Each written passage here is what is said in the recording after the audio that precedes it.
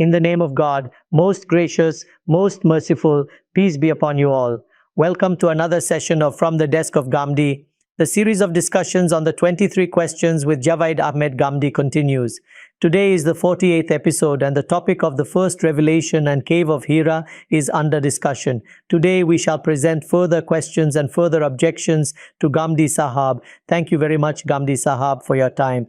In the last sessions we had a detailed discussion, your scholarly comments on its text with regard to the Sahih narration in Al-Bukhari, followed by the questions and doubts that arise after analyzing its chain of narration. We dealt with that topic in great detail and had reached the point that after all this, there exists yet another narration, a parallel narration in the Seerah of Ibn Hisham that provides a new perspective as well. So then, what is the first revelation? How will we know which one was the first revelation? Regarding this, firstly, what was the point of view held by the early scholars, and what opinion do you hold in this regard? From the Seerah of Ibn Hisham, the narration that has come to us tells us about the place where the Prophet, peace be upon him, was, for the first time, addressed in his capacity as a prophet and messenger of God Almighty. This much was known. Whatever we have said about all the narrations till now, if you keep that in view and then consider this, we become certain of at least this much, that the Prophet, peace be upon him, saw a vision or dream, after which he woke up, left the cave of Hira, and came up to the middle of the mountain. There he saw Gabriel, the trustworthy, for the first time spread across the horizon, and the Prophet, peace be upon him, was told that his 2 points were made clear. First, I am Gabriel the trustworthy. He introduced himself, just as in the incident with Moses, where God Almighty introduced himself. Second, Innaka Rasulullah, indeed, you are the messenger of God, meaning you have been appointed to the position of prophethood. So, this is the correct narrative. There is no objection to this point. It is understandable that this was the first thing that ought to have been said to the Prophet, peace be upon him. Now, let us go further and see what could have been the first revelation or the first surahs in the revelation of the Quran. I have drawn attention to the fact several times before that, among us, the general methodology is that opinions are formed based solely on narrations, except in cases where some major evidence contradicts them. I have said, and before me, Ustad Imam Amin Ahsan Islahi has explained in great detail in his Tafsir Tadabburi Quran, and I have on multiple occasions tried to elaborate the same point in Al-Bayan, that which surah has been revealed in which period can best be ascertained from the Quran itself. If you wish to know this, then you should reflect on the surah, read it, and after pondering over it, observe the groups in which the Quran has been arranged, how the surahs have been ordered therein. If some doubt still remains, then contemplate further, read the surah repeatedly. Then it becomes clear in the most certain way which period it refers to. Obviously, we do not know exact dates such as 5 Hijri, or 4 years after the prophethood, or 3 years after the prophethood. This we do not know.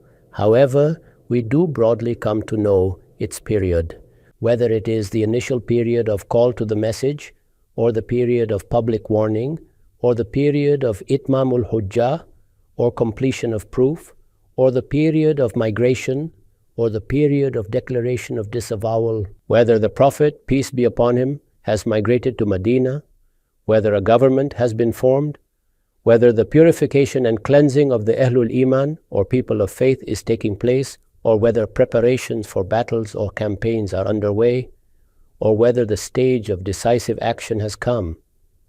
That is, if you understand the Seerah of the Prophet, peace be upon him, with regard to his call to the message and its various stages, then more or less the definite period of the surah can be ascertained.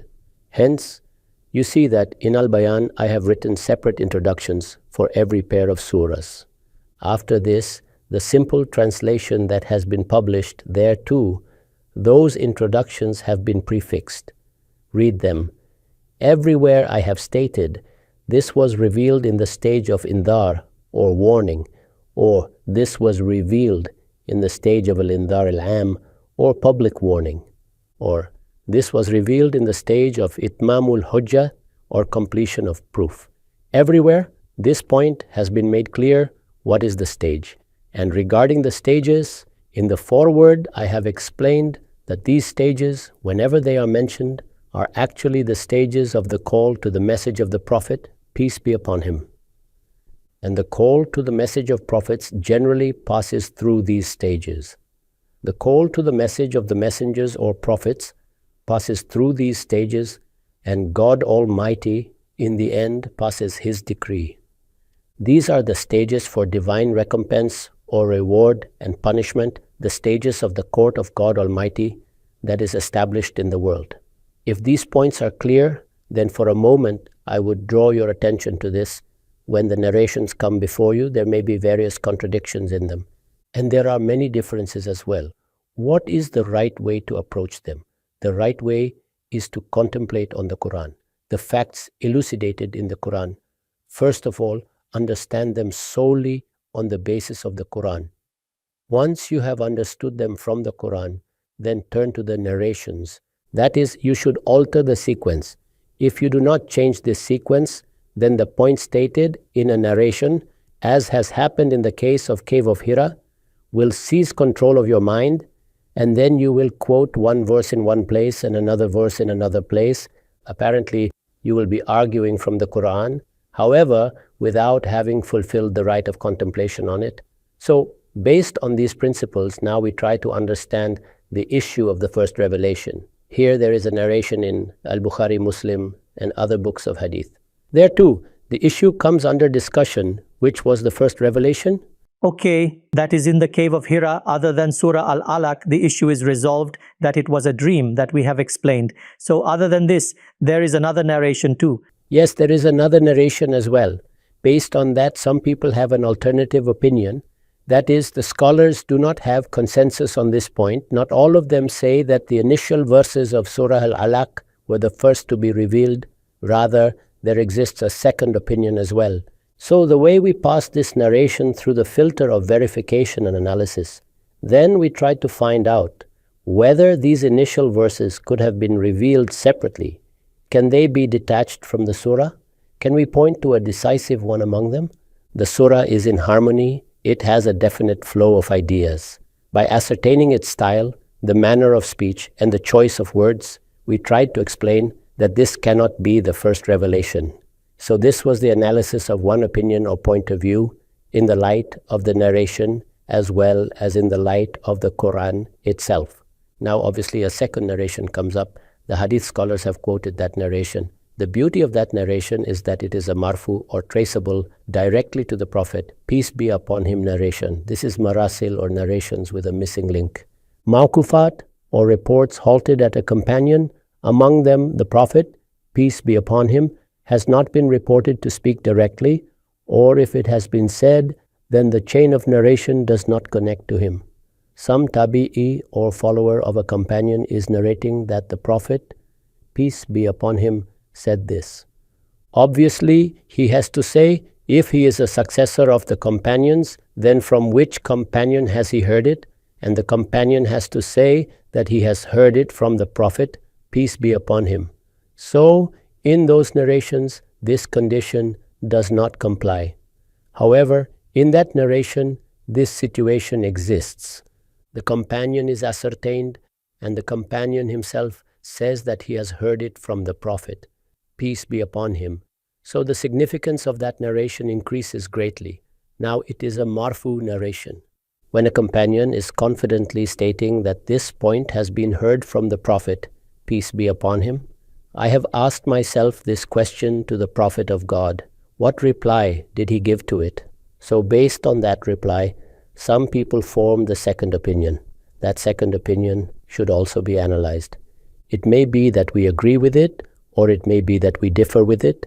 If we agree with it, then the matter is closed. And if we differ on it, then that too will be reviewed with a similar rigor in analysis. And we will have to show why the point stated there, after all, is not worthy of acceptance. And if it is acceptable, then what is the explanation for it, or where that point can be duly proven? Now the subject is clear? It is amply clear. Now, after this clarification, we will move on to the narration. If I am not mistaken, this narration has occurred in Bukhari at 9 places. Right. The place from which I am presenting this is Kitab al-Tafsir, or the Book of Exegesis. Since in Kitab al-Tafsir, that surah is under discussion, regarding which it has been stated in this narration that it is the first surah. So Bukhari has more or less brought in all the narrations which are stated under this topic. In the narration before us, the narrator is asking a question to Abu Salama ibn Abd al-Rahman. What is the question? He says that I asked, Ayu awwali ma nazala min al-Quran? Tell me which was the first surah to be revealed in the Quran, or which ayah was revealed? Qal, Ya ayyuha al-Muddaththir. He said, Suratul Muddaththiri was revealed. Ya ayyuha al-Muddaththir is the method followed by the Sahaba or companions and Tabi'in or followers of companions, that they refer to the surahs by the initial words or call them by their last words. Since these names, as I have said before, have been fixed by Sahaba, or later on some occasion, some other word became more prominent, so that name was taken from there. The names given by God Almighty are those which we call huruf al-muqatta'at, or disconnected letters at the start of some surahs. So he replied that Al-Muddaththir is the first surah. Now obviously what was said before, that the first surah was Alaq. What is being said here? Al-Muddaththir is the first surah. Qultu yaquluna iqra' bismi rabbika alladhi khalaqa. When I heard this, then I said to him that people generally consider Aqra' bismi rabbika alladhi khalaqa, be the initial verses of Surah Alaq, or that complete surah, as the first surah. This is the common belief. Faqala Abu Salama. Now Abu Salama, to whom he had questioned, replied, Sa'altu Jabir ibn Abdillahi radiyallahu anhu an dhalik. I had asked this question to Jabir ibn Abdullah, may God be pleased with him. He is a respected and renowned companion. A lot of narrations come from him. I had asked this question, the same question, which was the first surah, وَقُلْتُ لَهُ مِثْلَ الَّذِي قُلْتَ. And I said the same thing to him, that people generally consider Surah Alaq, or the initial verses of Surah Alaq, to be the first to reveal. فَقَالَ جَابِرْ لَا أُحَدِّثُكَ إِلَّا مَا حَدَّثَنَا رَسُولُ اللَّهِ صَلَّى اللَّهُ عَلَيْهِ وَسَلَّمَ. Then the reply given by Jabir, may God be pleased with him, was, I will not tell you except what the Messenger of God, peace be upon him, told us, which he had stated to us. I will only narrate that. This is a very important sentence. You must keep this in mind. Qal Jawarat Bahra. I was doing itikaf, or seclusion, for worship in Hira. He has used the same word which we have seen in the narration of Sirah ibn Hisham, in the narration of Wahab bin Kaysan, Jawartu bi Hira, meaning I was in retreat or itikaf in Hira. Fa'alama qadaitu jawari, meaning when I completed my retreat, habat, then I descended. You see, there too the same thing was said. There it was during the itikaf or spiritual retreat that an incident took place, and the Prophet, peace be upon him, came down after it. There was a clarification there that the itikaf had not yet ended. Keep this also in mind. Here it is that when I completed the itikaf, I came down. Fanudit, or then I heard a voice, that is, I was called. Fa nazartuan yamini falam ara shayan. I looked towards my right, but did not see anything. Wa nazartu an shimali falam ara shayan, meaning I looked towards my left, but there too nothing was visible. Wa nazartu amami falam ara shayan. I looked in front, yet there wasn't anything there. Wa nazartu khalfi falam ara shayan, meaning when I looked back, I didn't find anything. Farafatu rasi, then I lifted my head, that is, I looked towards the sky. Fara'aytu shayan, which means then I saw something.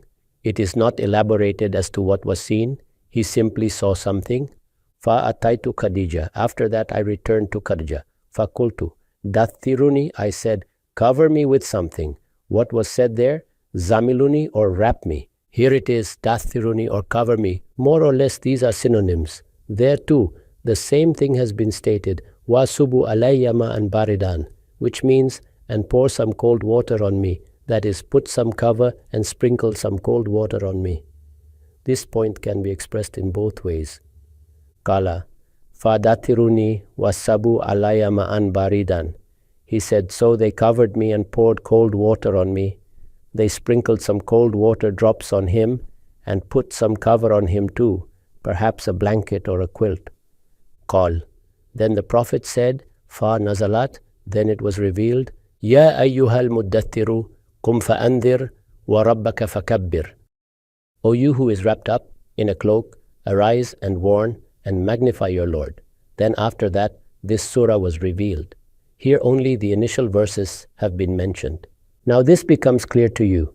After this, a serious contradiction appears which is quite evident. That is, if there it was Surat Al-Alaq, here it has become Surat Al-Muddaththir.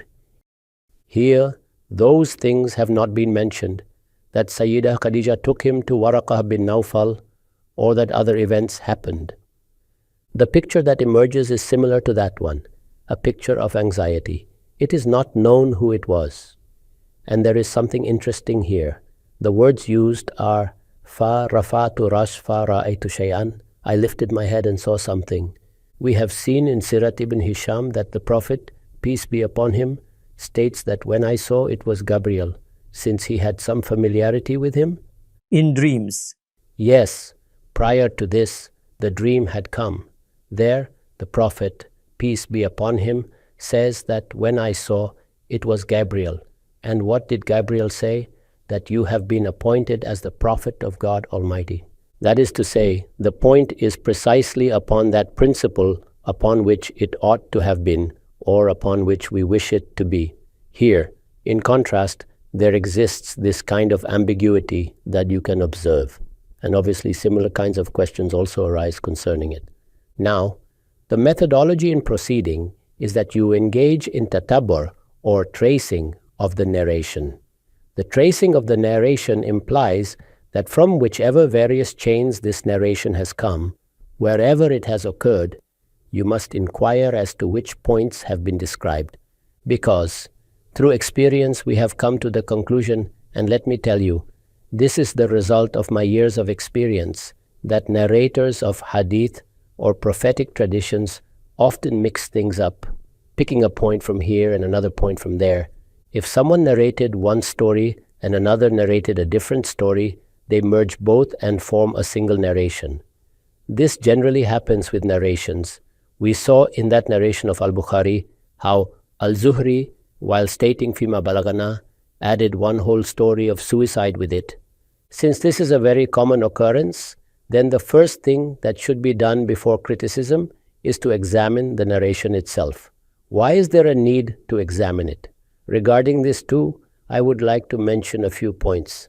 Among us, people generally think, when they are told that, it has come in hadith, as if the Prophet, peace be upon him, is standing right in front of them and speaking, or that there was some tape recorder there where it has been recorded, and that it is recorded in such and such book in written form, or that the Prophet, peace be upon him, himself presented something in writing. Nothing of this kind happened. That is to say, on some occasion, the Prophet, peace be upon him, spoke something, gave an address, or answered some questions. The listeners, on their own will, preserved it. Some wrote it down, others memorized it. They then narrated it further on. When they narrated it further, the listener's mind, their understanding, and the occasion on which they were listening, all of these factors influenced the report. Now this gentleman, who is he? He must be a companion of the Prophet, right? He must have heard it from the Prophet, peace be upon him, or seen something and is narrating it further. Whatever influence affected them would be carried forward as well. As a consequence, things get mixed up.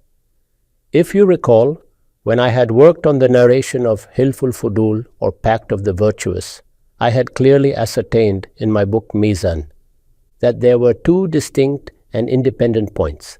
Some narrators picked one point, some picked the other point, and some took part of one and part of the other, merging them. As a result, such an admixture arose that the issue became a unique and puzzling problem for our Islamic jurisprudence. At times this happens. Hence, I always draw attention to the fact that these are historical records. They will be analyzed, their complexities will be resolved, and we will delve deep into them. Now, when we scrutinize the chains of this narration, what appears before us? Immediately after this, Imam al-Bukhari has brought the same narration from a different chain of transmission. That is, one narration we heard just now, he brings the same narration from another chain. What has happened here? Here that same Abu Salama ibn Abd al-Rahman appears. But further on, the chain changes as different narrators are included. Like we saw, the narration which was stated by Ibn Shihab al-Zuhri is now narrated by many of his students. He is the same, and to whom is he stating it? An Jabir ibn Abdullah radiyallahu anhu. I mention this so that one does not take it as a different incident. It is the same. Jabir ibn Abdullah, may God be pleased with him, the same Abu Salama, son of the same Ibn Abd al-Rahman, and he narrates, قال سمعت النبي صلى الله عليه وسلم يقول. He says, I heard the Prophet, peace be upon him, say, listen carefully, وهو يحدث عن فترة الوحي. What was in that other narration? I heard the Prophet, peace be upon him, stating what was the first revelation. That narration gives the impression that the first revelation is being described. Here it is Jabir ibn Abdullah narrating that he heard about the situation after the break in revelation. This creates a massive change. There, the issue was which was the first revelation. Here, it is being said that the first revelation had come. The Prophet, peace be upon him, after being appointed to prophethood began dawah, or preaching, and then there was a break in revelation. This is called the break in revelation. If you look into the books of Sirah or prophetic biography, you will come across this discussion. I will elaborate upon its reality shortly. The term the break in revelation is used for expressing the interval in revelation of the Quran. That is to say, God Almighty began revealing a book, and here I wish to draw your attention to the fact that revelation to the Prophet, peace be upon him, was not limited to the Quran. Instructions were given to the Prophet of God, messages were conveyed to him. Gabriel, peace be upon him, used to come, and many teachings were conveyed to him in the form of vision or dreams. The Quran is a distinct entity, and there was a break in its revelation. That break in Quranic revelation is what the Prophet, peace be upon him, is referring to. That is, Jabir ibn Abdullah is describing how that interval ended. فَقَالَ فِي حَدِيثِهِ, in discussing this, what did the Prophet say? فَبَيْنَ أَنَا أَمْشِي, that is, during this interval, while I was walking, إِذْ سَمِعْتُ صَوْتًا مِنَ السَّمَاءِ, all of a sudden, I heard a voice from the sky. فَرَفَعْتُ رَأْسِي, I raised my head. فَإِذَا الْمَلَكُ الَّذِي جَاءَنِي حِرَاءً, and there was the same angel who had come to me in Hira, جَالِسٌ عَلَى كُرْسِيٍّ بَيْنَ السَّمَاءِ وَالْأَرْضِ, seated upon a throne between the sky and the earth. فَجُئِذْتُ مِنْهُ رُعْبًا, I was overcome by fear. فَرَجَعْتُ, so I returned home. فَقُلْتُ زَمِّلُونِي زَمِّلُونِي, I said, cover me, cover me. فَدَثَّرُونِي, so they covered me with a blanket. فَأَنزَلَ اللَّهُ تَعَالَى يَا أَيُّهَا الْمُدَّثِّرُ, then God Almighty revealed, يَا أَيُّهَا الْمُدَّثِّرُ قُمْ فَأَنذِرْ وَرَبَّكَ فَكَبِّرْ وَثِيَابَكَ فَطَهِّرْ وَالرُّجْزَ فَهْجُرْ. On that occasion, the first verses of Surah Al-Muddaththir were revealed. After that, the Prophet, peace be upon him, narrated a few more things. And then the narrator also stated something which we will keep aside for now. Now you see, here the scenario has completely changed. There it was described as the first revelation. Here it is the first revelation after the break in revelation. It makes a huge difference. There it was taken as the first revelation. Here it is the first after the break. And since in both narrations the words Zamiluni, Zamiluni appear, and in both the Prophet, peace be upon him, returns home and asks to be covered, the overlap causes merging. That is how amalgamation occurs. Some points are picked from here, others from there, and they merge to form a new picture. Here, I wish to present a few questions. What happened here is that the narrators, having heard this point, took what Jabir ibn Abdullah said, which was about the fatra, or break in revelation. So, which was the first revelation after the break in Wahi? So when this point reached us through the narrators, it became so mixed up that it turned into a question about the first revelation. Okay. Moreover, comparisons were also made. Now, when you narrate a point, sometimes you add your own impression for clarification. When reading it, it may completely seem as though the real issue was about the first revelation. When he was presented with the point that people generally hold the opinion that Surah Al-Alaq was the first to be revealed, he was asked, "So, is this some new story you are recounting?" And what did he reply? Now, I would draw your attention to one sentence, that is, you should not think that Jabir ibn Abdullah first narrated something and then narrated this one. No, he did not narrate this at all. He was asked, which was the first revelation? See the narration I have read before this. What did he say? He said, لا أحدثك إلا ما حدثنا رسول الله صلى الله عليه وسلم. I will not tell you except what the Messenger of God, peace be upon him, told us. In other words, I do not know which was the first revelation. I can narrate to you only what the Prophet, peace be upon him, told us. That is, he narrated what he knew. He narrated only what he knew. This is natural. If I do not know about something and you ask me, I will say, I only know what I have either seen myself or heard directly. Right. So he narrated further. Since the question was, which was the first revelation, asked either by a narrator directly or someone after him, and because that was the question, the narrator did not quite understand the reply. The reply of Jabir ibn Abdullah was not that this is the first revelation. He was saying, the point which the Prophet, peace be upon him, told me is this much. That is, this is all I know. Yes, this much is in my knowledge. So the narrator mixed his own impression with the question he asked and the answer he received and narrated it as the first revelation. No, Jabir ibn Abdullah, may God be pleased with him, is saying the same thing that comes to us in the second narration, that is, when there was a short break in the chain of revelation. The revelation of the Quran upon the Prophet, peace be upon him, and I must speak about the reason for that break, after which the first surah that was revealed was Surah Al-Muddaththir. So the whole picture changes in the narration. Now, after that, you see the same narration brought in the context of beginning of creation. Listen to that as well. There, the same Abu Salama says, قال أخبرني جابر بن عبد الله رضي الله عنهما, Jabir ibn Abdullah, may God be pleased with both father and son, told me, أنه سمع النبي صلى الله عليه وسلم, and he says, anhuma, because his father had also become Muslim, so prayers are said for both. أنه سمع النبي صلى الله عليه وسلم يقول, that he heard the Prophet, peace be upon him, saying, ثم فتر عني الوحي فترة. Then, for some interval, the revelation ceased. That is, on some occasion, the Prophet, peace be upon him, was conversing and explaining. The chain of revelation began with me, and after that, for some interval, there was a break. This is the very sentence that in the earlier narration had been omitted in transmission. So he says, ثم فتر عني الوحي فترة. Then, for some time, the revelation stopped. فبين أنا أمشي. In the meantime, while I was walking, سمعت صوتا من السماء. I heard a voice from the sky.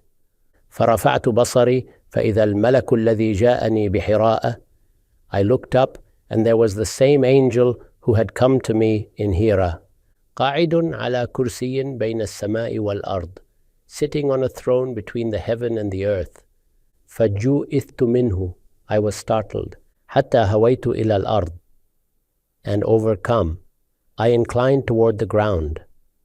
فجئت أهلي فقلت زملوني زملوني. I went to my family and said, cover me, cover me. فأنزل الله تعالى يا أيها المدثر إلى فهجر.